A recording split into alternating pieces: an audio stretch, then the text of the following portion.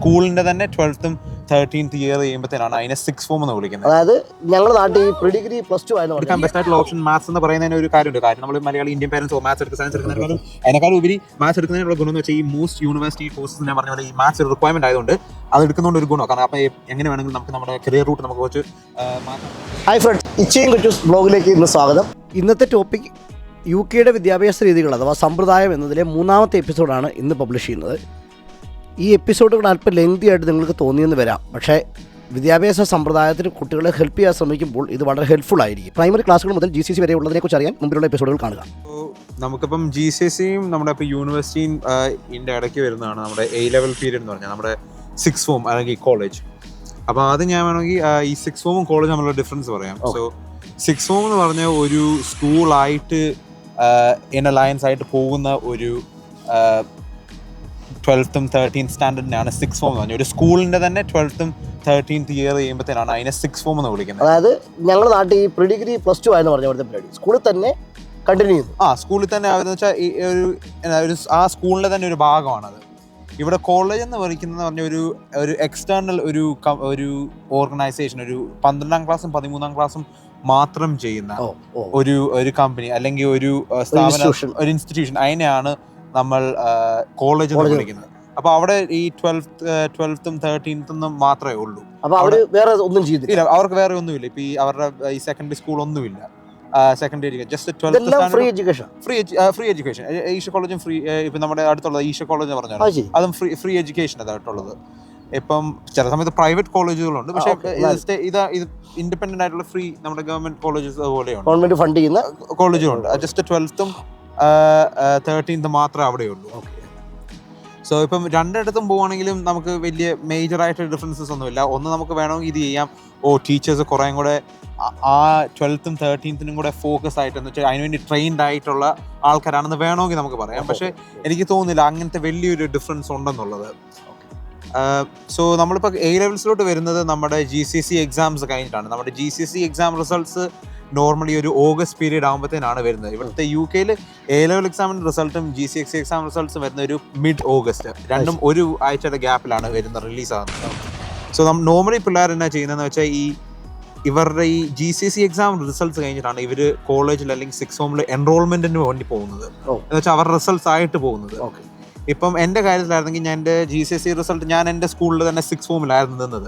അപ്പോൾ എൻ്റെ റിസൾട്ട്സ് കിട്ടിയ ആ ദിവസം തന്നെ അപ്പം തന്നെ പോയി എൻറോൾ ചെയ്യുമായിരുന്നു. റിസൾട്ട്സ് കാണിച്ചു ആ സ്കൂളിൽ തന്നെ നമ്മൾ വേറെ ഒന്നും എടുക്കണ്ട, ഓട്ടോമാറ്റിക്കായിട്ട് അവിടെ ആകുമ്പോഴത്തേന് നമുക്ക് നമ്മുടെ നമ്മൾ പോയ സെക്കൻഡറി എഡ്യൂക്കേഷൻ ചെയ്ത സ്കൂളിൽ തന്നെ 6th form നമ്മൾ പോകുന്നെങ്കിൽ കുറച്ചും കൂടെ എളുപ്പമുണ്ട്. കാരണം നമ്മുടെ ഓൾറെഡി മെയിൻ ഡീറ്റെയിൽസ് അവർക്ക് അറിയാം.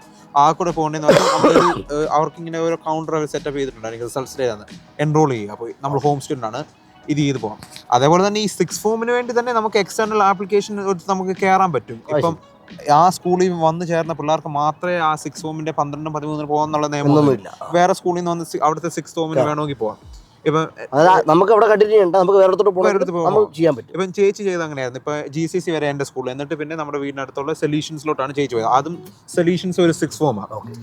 അപ്പൊ അങ്ങനെയാണ് GCSE റിസൾട്ട്സ് വന്നു കഴിഞ്ഞിട്ടാണ് നമ്മൾ A-levelsന് പോയി എൻറോൾ ചെയ്യുന്നത്. അപ്പോൾ എൻറോൾമെന്റ് നടക്കുന്ന ഏകദേശം ആ മിഡ് ഓഗസ്റ്റ് ടൈം ആകും. പിന്നെ ആ മിഡ് ഓഗസ്റ്റ് തൊട്ട് ആ സെപ്റ്റംബർ തുറക്കുന്ന സമയം വരെയുണ്ട് സ്റ്റുഡൻസിന് വേണ്ടി പ്രിപ്പയർഡ് ആകാൻ വേണ്ടി ഈ A-level ഇത് ചെയ്യുന്നത്.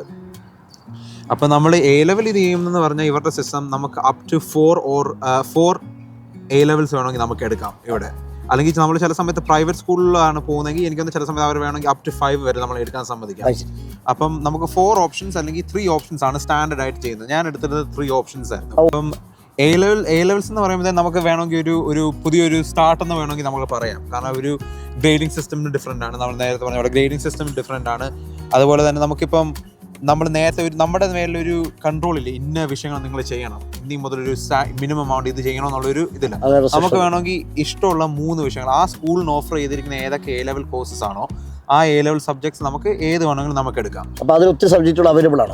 അത് സ്കൂൾ അനുസരിച്ചുണ്ട്. ഇപ്പം മിക്ക കോളേജിലും എന്തായാലും സയൻസസും മാത്സും എല്ലാം അവൈലബിൾ ആണ്.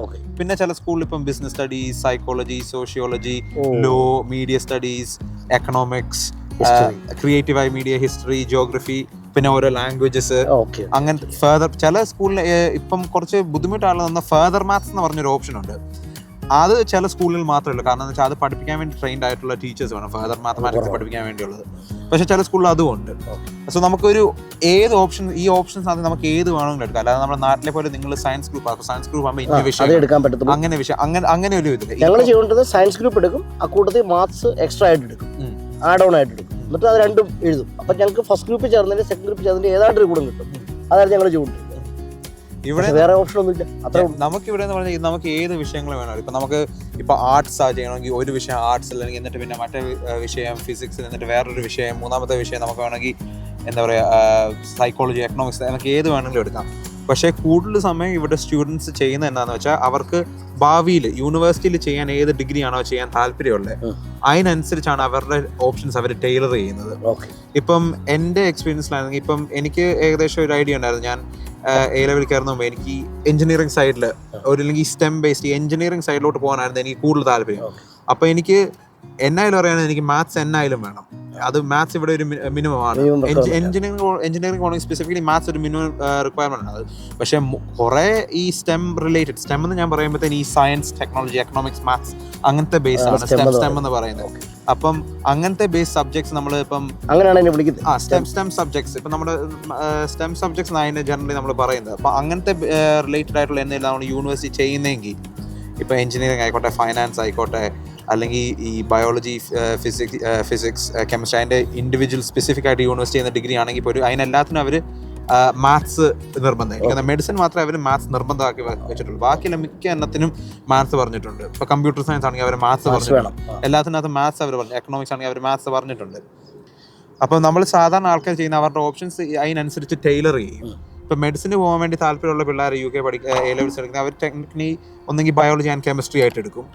ഇപ്പോൾ അക്കൗണ്ടിങ്ങിന് വേണമെങ്കിൽ ജസ്റ്റ് മാത്സ്, പിന്നെ ബാക്കി രണ്ട് വിഷയങ്ങൾ അവർക്ക് ഇഷ്ടമുള്ളത് വേണമെങ്കിൽ ബിസിനസ് സ്റ്റഡീസ് അല്ലെങ്കിൽ എക്കണോമിക്സ്. അതായത് ആ ഒരു കാലത്തെ നമ്മൾ പ്ലാൻ ചെയ്യണം എന്നതാണ് നമ്മൾ കരിയർ എടുക്കാൻ പോകുന്നത്. അതുകൊണ്ട് അപ്പം അറ്റ്ലീസ്റ്റ് ഒരു റഫ് ഐഡിയയിലും വേണം. ഇപ്പം അതിന് ആരെങ്കിലും നമ്മളെ ഗൈഡ് ചെയ്യുന്നുണ്ടോ? ആപ്റ്റിറ്റ്യൂഡ് ടെസ്റ്റോ അങ്ങനത്തെ ഒരു ഇപ്പം എൻ്റെ ഭാഗത്തിൽ അങ്ങനെ നമുക്ക് ഒരു ഗൈഡൻസ് ഇല്ല. സത്യം പറഞ്ഞാൽ അത് നമ്മുടെ ഒരു വേണമെങ്കിൽ നമുക്ക് പറയാം നമ്മുടെ റെസ്പോൺസിബിലിറ്റി. നമുക്കൊരു നേരത്തെ ഒരു റഫ് ഐഡിയ ചെയ്യണമെന്നുള്ളത്. കാരണം എന്ന് വെച്ചാൽ അതെന്ന് വെച്ചാൽ ഇപ്പം ഇവിടെ എല്ലാം നമുക്ക് ഫ്രീ ആയിട്ട് ഗവൺമെന്റ് സപ്പോർട്ട് ചെയ്ത് തരുന്നതാണ്. അപ്പം നമുക്കൊരു ഫ്രീഡം ഉണ്ട്, നമുക്ക് എന്താ ചെയ്യേണ്ടതെന്നുള്ളത്. അപ്പോൾ ആ ഫ്രീഡം നമ്മൾ തന്നെ എടുക്കണമെന്നുള്ളതാണ്. എന്ന് വെച്ചാൽ നമ്മൾ തന്നെ തീരുമാനിക്കും നമുക്ക് എന്നതാ ചെയ്യാൻ ആഗ്രഹമുള്ളത് എന്നുള്ളത്. ഇപ്പം മാത്സ് ഇപ്പം ഏറ്റവും എടുക്കാൻ ബെസ്റ്റ് ആയിട്ടുള്ള ഓപ്ഷൻ മാത്സ് എന്ന് പറയുന്നതിന് ഒരു കാര്യമുണ്ട്. കാര്യം നമ്മൾ മലയാളി ഇന്ത്യൻ പേരൻസോ മാത്സ് എടുക്കുക, സയൻസ് അതിനേക്കാളും ഉപരി മാത്സ് എടുക്കുന്നതിനുള്ള ഗുണം എന്ന് വെച്ചാൽ ഈ മോസ്റ്റ് യൂണിവേഴ്സിറ്റി കോഴ്സസ് ഞാൻ പറഞ്ഞ പോലെ ഈ മാത്സ് ഒരു റിക്വയർമെന്റ് ആയതുകൊണ്ട് അത് എടുക്കുന്നതുകൊണ്ട് ഒരു ഗുണമാണ്. കാരണം അപ്പം എങ്ങനെ വേണമെങ്കിലും നമുക്ക് നമ്മുടെ കരിയർ റൂട്ട് നമുക്ക് കുറച്ച് മാറ്റാൻ പറ്റും. ഇപ്പം ഈ മേജർ ചേഞ്ചസ് ആയിട്ട് വരുന്നതെന്ന് വെച്ചാൽ ഇപ്പം നമ്മളൊരു മെഡിസിന് വേണ്ടി പോകാനായിട്ടുള്ള ഉദ്ദേശത്തിൽ നമ്മൾ കുറച്ച് ഓപ്ഷൻസ് എടുത്ത് എന്നിട്ട് പിന്നെ അവസാനം നമുക്ക് എഞ്ചിനീയറിംഗിന് പോകാൻ താല്പര്യം എന്ന് വരുമ്പോഴത്തേനാണ് പ്രശ്നങ്ങൾ. കാരണം ഇപ്പം ബയോളജി, കെമിസ്ട്രി എടുത്ത് മാത്സ് എടുത്ത് ബയോളജി, കെമിസ്ട്രി എടുത്തു, പിന്നെ വേറൊരു സാധാരണ വിഷയം എടുത്ത് എന്നിട്ട് റിസൾട്ട് വന്നു കഴിഞ്ഞ് അയ്യോ എനിക്കിപ്പോൾ മെഡിസിനുള്ള ഗ്രേഡ് ഇല്ല, അയ്യോ എനിക്കിപ്പോൾ അങ്ങോട്ട് പോകാൻ താല്പര്യമില്ല, എഞ്ചിനീയറിംഗിലോട്ട് ഞാൻ പോകാം. പക്ഷേ എഞ്ചിനീയറിംഗിലോട്ട് പോകാൻ പറ്റത്തില്ല. കാരണം കണക്ക് വേണം എഞ്ചിനീയറിംഗ് ചെയ്യണമെങ്കിൽ. അതിപ്പം പക്ഷേ അങ്ങനെ കൺഫ്യൂസ്ഡ് ആയിട്ട് പിള്ളേർ ഉണ്ടാകാറുണ്ട് ഇല്ലേ? ഉണ്ട്, ധാരാളം പിള്ളേരുണ്ട്. ഇപ്പം ചില ആൾക്കാർക്ക് റഫ്ലി ഒരു ഐഡിയ അറിയത്തില്ല അവരുടെ കരിയർ റൂട്ട് എങ്ങോട്ടാണ് പോകേണ്ടതെന്നുള്ളത്. അപ്പോൾ അവരെങ്ങനെയാണ് ചെയ്യുന്നതെന്ന് വെച്ചാൽ അവർ ജസ്റ്റ് എടുക്കുന്ന ഓപ്ഷൻസ് കുറച്ചും കൂടി ജനറൽ ആയിട്ടുള്ള ഓപ്ഷൻസ് ആയിരിക്കും. അപ്പോൾ ഇങ്ങനെ സ്പെസിഫിക് ആകത്തില്ല. ഇപ്പം വേണമെങ്കിൽ ഇപ്പോൾ ബയോളജിസ്റ്റ് കണക്കെടുക്കുകയാണെങ്കിൽ തന്നെ നമുക്ക് കുറേ ഓപ്ഷൻസിലോട്ട് നമ്മളിങ്ങനെ ഓപ്പൺ അപ്പ് ചെയ്തിട്ടുണ്ട്. ഇപ്പോൾ എഞ്ചിനീയറിംഗ് ആണെങ്കിൽ എഞ്ചിനീയറിംഗ്, അക്കൗണ്ടിങ്, ഫൈനാൻസ് ആ സൈഡിലോട്ട് തന്നെ കണക്ക് നമ്മൾ ഓപ്പൺ ചെയ്തു. ബയോളജി എടുക്കുന്നതോടെ നമ്മളെ മെഡിസിൻ്റെ സൈഡിലോട്ട് നമ്മൾ ഓപ്പൺ ചെയ്തിട്ടുമുണ്ട്. ഇപ്പോൾ നമുക്കിപ്പോൾ ഇപ്പം സ്പെസിഫിക്കലി ഇപ്പോൾ ഡോക്ടർ ആണെങ്കിൽ തന്നെ ഇതില്ലെങ്കിൽ നഴ്സിംഗ് അല്ലെങ്കിൽ ഫിസിയോളജി അങ്ങനത്തെ ഒരു കരിയറിലോട്ട് നമ്മൾ ബയോളജി എടുക്കുന്നതുകൊണ്ട് നമ്മൾ ഓപ്പൺ ചെയ്തു. പിന്നെ അതിനേക്കാളും ഇത് നമ്മുടെ മൂന്നാമത്തെ ഓപ്ഷൻ പിന്നെ നമുക്ക് വലിയൊരു ഇത് വരത്തത്തില്ല. ഇപ്പം അങ്ങനത്തെ ഇപ്പം ബയോളജി, മാത്സ് ഒരു ഓപ്ഷൻ എടുത്ത് പിന്നെ നമുക്കിപ്പം എക്കണോമിക്സ് വേണമെങ്കിൽ ഇപ്പോൾ എടുത്തിരിക്കുന്ന രണ്ട് കരിയറിൽ നമുക്ക് ഹെൽപ്പ് ചെയ്യാൻ പറ്റിയുള്ള ഒരു ഇതായിട്ടുള്ളത്. അപ്പം മാക്സിമം ഞാൻ പറഞ്ഞത് എനിക്ക് തോന്നുന്നത് നമ്മുടെ ഓപ്ഷൻസ് കൊണ്ട് നമുക്ക് ഒരു 2 or 3 കരിയേഴ്സിന് വേണ്ടിയുള്ള ഓപ്ഷൻസ് നമുക്ക് അതേക്കാൾ കൂടുതൽ നമുക്ക് എടുക്കാൻ പറ്റത്തില്ല.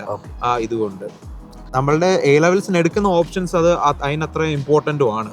അതപ്പോൾ അത് നമ്മൾ എടുക്കുന്നതിന് ചിന്തിക്കേണ്ടതും കൂടെ ഒരു കാര്യമാണ്. നമ്മുടെ ഫ്യൂച്ചറിൽ നമ്മൾ ഏത് കരിയറിലോട്ടാണ് പോകാൻ ആഗ്രഹമുള്ളത്. അതുകൊണ്ടാണ് A ലെവൽ ഇമ്പോർട്ടൻറ്റ്. കാരണം അത് ഒരു രീതിയിൽ നമ്മളെ ഹെൽപ്പ് ചെയ്യുകയും കൂടെ ചെയ്യുന്നുള്ളൂ. കാരണം ഇപ്പം എൻ്റെ കേസിലായിരുന്നെങ്കിൽ പോലും ഇപ്പോൾ എഞ്ചിനീയറിംഗിന് പോകാൻ താല്പര്യം ഉള്ളതുകൊണ്ട് ഞാനിപ്പോൾ ഫിസിക്സും മാത്സും ആയിരുന്നു എടുത്തിരുന്നത്. അപ്പോൾ എനിക്കാണ് അത് അൾട്ടിമേറ്റ്ലി അതുകൊണ്ട് എനിക്ക് തന്നെയാണ് ഗുണം വന്നത്. കാരണം അപ്പോൾ പഠിപ്പിക്കുന്ന എഞ്ചിനീയറിംഗ് പഠിപ്പിക്കുന്ന കുറേ പ്രിൻസിപ്പിൾസ് അപ്പം കുറച്ചും കൂടി ഈസിയായി എനിക്ക് അണ്ടർസ്റ്റാൻഡ് ചെയ്യാൻ വേണ്ടി. എനിക്കിപ്പം പോകണമെങ്കിൽ എനിക്ക് മാത്സ് മാത്രമേ അവർ റിക്വയർമെന്റ് ആയിട്ട് വെച്ചിരുന്നുള്ളൂ. ഫിസിക്സ് ഒരു റിക്വയർമെന്റ് അല്ലായിരുന്നു, മാത്സ് മാത്രമേ ഉണ്ടായിരുന്നു റിക്വയർമെന്റ്. പക്ഷെ ഞാൻ ഫിസിക്സ് എടുത്തുകൊണ്ട് എനിക്ക് കുറേ കൂടെ ഓരോ ചില കോൺസെപ്റ്റ്സ് ഒക്കെ അണ്ടർസ്റ്റാൻഡ് ചെയ്യാൻ കുറേ കൂടെ എളുപ്പമായി. സോ അങ്ങനെയും കൂടെ നമ്മൾ ആലോചിക്കണം. ഇപ്പം റിക്വയർമെന്റിനുള്ള ഒരു വിഷയം നമ്മൾ എടുത്തു എന്ന് വെച്ചാൽ യൂണിവേഴ്സിറ്റി പ്രകാരം ഈ വിഷയമാണ് മിനിമം ക്രൈറ്റീരിയ ആയിട്ടുള്ളത്. പിന്നെ നമ്മൾ നോക്കേണ്ടത് വേറെ ഏതൊക്കെ വിഷയങ്ങളായിരിക്കും നമ്മുടെ യൂണിവേഴ്സിറ്റി സ്റ്റഡീസിന് നമ്മളെ ഹെൽപ്പ് ചെയ്യാൻ സാധ്യതയുള്ളത്. അങ്ങനെ വേണമെങ്കിൽ നമുക്ക് പിന്നെ ചില ഓപ്ഷൻസ് എടുക്കാൻ പറ്റും. പക്ഷെ ഇതിനെല്ലാം ഉപരി ഇത് തന്നെ നമുക്ക് ഒരു റഫ് ഐഡിയ വേണം. നമ്മുടെ ആ എ ലെവൽ മുതൽ GCSE കിട്ടുന്ന സ്കോറിങ് തുടങ്ങി എ ലെവലിൽ ചെന്ന് ഈ ബാക്കിയുള്ള അത് കംപ്ലീറ്റ് ചെയ്തിട്ട് യൂണിവേഴ്സിറ്റിയോട് എത്തണം വരെയുള്ള പീരീഡ് വളരെ ഇമ്പോർട്ടൻ്റ് ആണ്. അതാണ് നമ്മൾ കരിയർ ചൂസ് ചെയ്യുന്നതായിക്കോട്ടെ അല്ലെങ്കിൽ കരിയർ പാത്ത് മാറിപ്പോകുന്ന എല്ലാം അവിടെ നിന്നാണ് തുടങ്ങുന്നത്. നമ്മുടെ അപ്പോൾ ഈ എ ലെവൽ എന്ന് പറഞ്ഞാൽ സത്യം പറഞ്ഞാൽ നമുക്കൊരു ടേണിംഗ് പോയിന്റ് പോലെ തന്നെയാണ് നമ്മുടെ. കാരണം എ ലെവൽ കഴിയുമ്പോഴാണ് മിക്ക ആൾക്കാരുടെ കരിയർ ഏത് ഡയറക്ഷനിലായിട്ടോ പോകുന്നതെന്നുള്ളത് നമുക്ക് ഒരു റഫ് ഐഡിയ നമുക്ക് വരുന്നത്. കാരണം നമ്മുടെ എ ലെവലിന്റെ റിസൾട്ട്സിന്റെ അടിസ്ഥാനത്തിലാണ് പിന്നെ നമുക്ക് ഡിഗ്രി ഇത് ഓരോന്ന് വരുന്നത്. ഇപ്പം ബാക്ക് ഞാനിപ്പോൾ GCSE എ ലെവലിലോട്ട് റിസൾട്ട് ഇപ്പോൾ ഇവിടുത്തെ കണക്ക് അല്ലെങ്കിൽ സയൻസ് വിഷയങ്ങളൊക്കെ എടുക്കണമെങ്കിൽ നമ്മൾ GCSEയിൽ ഓൺ ആവറേജ് മോസ്റ്റ് സ്കൂളിൽ അല്ലെങ്കിൽ മോസ്റ്റ് കോളേജിൽ ഇവിടെ മിനിമം 7 ഗ്രേഡേലും കിട്ടണം. 7 ഗ്രേഡിംഗ് സിസ്റ്റം ഗ്രേഡ് 7 കിട്ടിയാലേ നമുക്ക് മാത്തമാറ്റിക്സ് അല്ലെങ്കിൽ സയൻസസ് നമ്മൾ കോളേജ് ലെവൽ ചെയ്യാൻ അവർ അക്സെപ്റ്റ് ചെയ്യത്തുള്ളൂ. അത് അതെങ്ങനെയാ സ്കോർ കൈകാര്യം ചെയ്ത് എങ്ങനെയാ 7 എന്നുള്ള കണക്ക് വരുന്നത് എങ്ങനെയാ? ടോട്ടൽ സ്കോർ എത്രയാ? ടോട്ടൽ സ്കോർ എന്ന് വെച്ചാൽ 7 അല്ലെങ്കിൽ ഏറ്റവും ഹൈ സ്കോർ നമുക്ക് കിട്ടാൻ പറ്റുന്ന 9 to 1 ആണ് ഗ്രേഡിംഗ് സിസ്റ്റം. എക്സാം പാസ് ആകണമെങ്കിൽ മിനിമം 4 വേണം. 4 ഗ്രേഡ് എന്ന് വെച്ചാൽ C അല്ലെങ്കിൽ D ഇക്വിവലന്റ്. ഗ്രേഡ് പറയുന്നത് ഇത്ര മിനിമം മാർക്ക് ഉണ്ടെങ്കിൽ അത് സംതിങ് ലൈക്ക് 30 ചെന്നു. ഇപ്പം 4 എന്ന് പറയുമ്പോൾ നമ്മുടെ എക്സാമിന്റെ ഒരു 40% അല്ലെങ്കിൽ 50% പാസ് മാർക്ക് ആയിട്ടാണ് അവർ വെച്ചിരിക്കുന്നത്. അപ്പൊ നമ്മുടെ പണ്ടത്തെ ഗ്രേഡിംഗ് സിസ്റ്റത്തിൽ ഒരു ABCD പകരം 9 to 1 അത് GCSE. എ ലെവലിന് നമ്മൾ വീണ്ടും തിരിച്ച് A star A B C D ലെവലിലോട്ട് വരും. ഇത് വരും. സോ നമ്മൾ ഒരു റഫ്ലി നമ്മൾ പറയുവാണെങ്കിൽ നമ്മുടെ മാത്സ് ഒക്കെ നമ്മൾ കോളേജ് 6th ഫോമിൽ കോളേജ് ചെയ്യണമെങ്കിൽ റഫ്ലി നമ്മളൊരു B ഗ്രേഡിലും കിട്ടണം. ഇപ്പൊ നമ്മുടെ ഈ ഗ്രേഡിംഗ് സിസ്റ്റം വെച്ച് നോക്കുകയാണെങ്കിൽ ഒരു 7 അല്ലെങ്കിൽ 6 ഗ്രേഡിംഗ് സിസ്റ്റം. നമ്മുടെ നാട്ടിൽ A+ ഒക്കെ പറയുന്ന പോലത്തെ ആ ഒരു ലെവലിലോട്ട് നമ്മുടെ നാട്ടിലെ ആ ഗ്രേഡിംഗ് സിസ്റ്റം വരുമ്പോഴത്തേനും A B ഇതിലോട്ട് വരുന്നത്. പക്ഷെ നാട്ടിലെ വ്യത്യാസം എന്ന് പറഞ്ഞാൽ നമുക്ക് നാട്ടില് കാശ് കൊടുത്താണെങ്കിൽ നമുക്ക് സീറ്റ് മേടിക്കാൻ പറ്റും പിള്ളേരുടെ എബിലിറ്റി വെച്ചത്.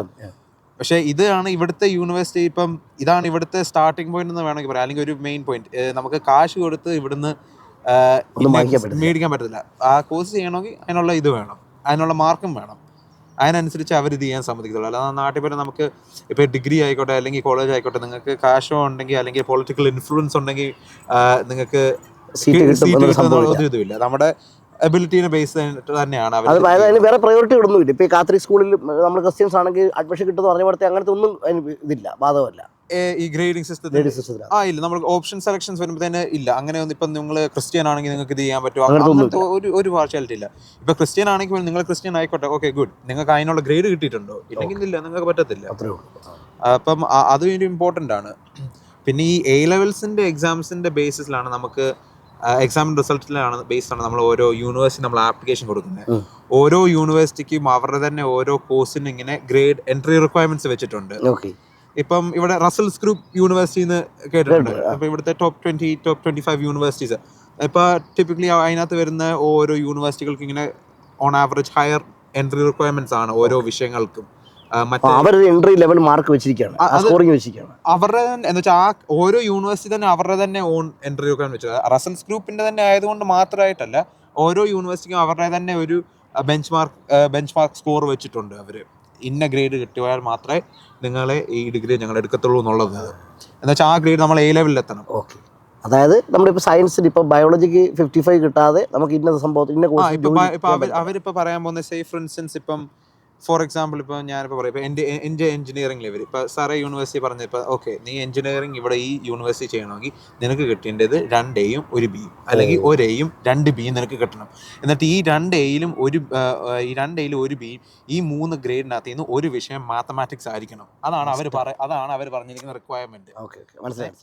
അങ്ങനെയായിട്ടാണ് അവർ മെയിൻലി ഈ 12ാം ക്ലാസ്സിന്റെ എൻഡ് ഓഫ് 12th ഇയർ ആകുമ്പോഴത്തേക്കും നമുക്കൊരു സെറ്റ് എക്സാംസ് ഉണ്ട്, സമ്മർ എക്സാംസ് പോലെ തന്നെയാണ്. പക്ഷെ ആ എക്സാംസിന്റെ അടിസ്ഥാനത്തിലാണ് നമ്മൾ 13ാം ക്ലാസ്സിലോട്ട് കയറുമ്പോൾ നമുക്കൊരു സെറ്റ് ഈ പ്രഡിക്റ്റഡ് ഗ്രേഡ്സ് എന്ന് പറഞ്ഞൊരു സംഭവം തന്നെ. എന്നിട്ട് ആ പ്രഡിക്റ്റഡ് ഗ്രേഡ്സ് വെച്ചാണ് എല്ലാ സ്റ്റുഡൻസിനും അവരുടെ on set of predicted grades കൊടുക്കും.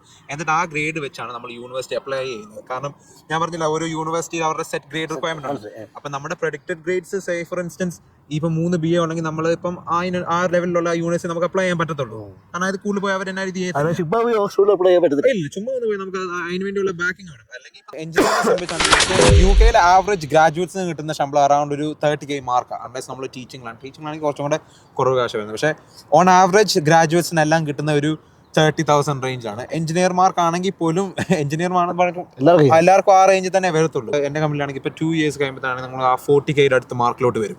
ജസ്റ്റ് 2 years എക്സ്പീരിയൻസ് കഴിയുമ്പോൾ നിങ്ങൾ ആ 40K മാർക്കിലോട്ട്. എഞ്ചിനീയർമാർക്ക് സാലറി ഇൻക്രീസ് ഉണ്ട് നന്നായിട്ട്. അതേപോലെ തന്നെയാണ് ഞാൻ പറഞ്ഞ ഇപ്പോൾ ചാർട്ടർഷിപ്പ് എന്ന് പറഞ്ഞ സംഭവം. അതിപ്പം എഞ്ചിനീയർ ഇപ്പോൾ അക്കൗണ്ടൻസിന് ചാർട്ടേഡ് അക്കൗണ്ടന്റ് ആകാൻ പോകുന്ന പോലെ തന്നെ എഞ്ചിനീയർമാർക്ക് ചാർട്ടേഡ് എഞ്ചിനീയർ ആകാൻ പറ്റും. അതൊരു 3+ year പ്രോസസ് ആണ്. എന്ന് വെച്ചാൽ അത് നമ്മുടെ പെർഫോമൻസ് അല്ലെങ്കിൽ നമ്മുടെ എബിലിറ്റി അനുസരിച്ചിരിക്കും എത്ര പെട്ടെന്ന് നമുക്ക് തീർക്കാം. പക്ഷേ മിനിമം 3 വർഷം എടുക്കും നമുക്ക് ചാർട്ടർഷിപ്പ് കിട്ടാൻ വേണ്ടി.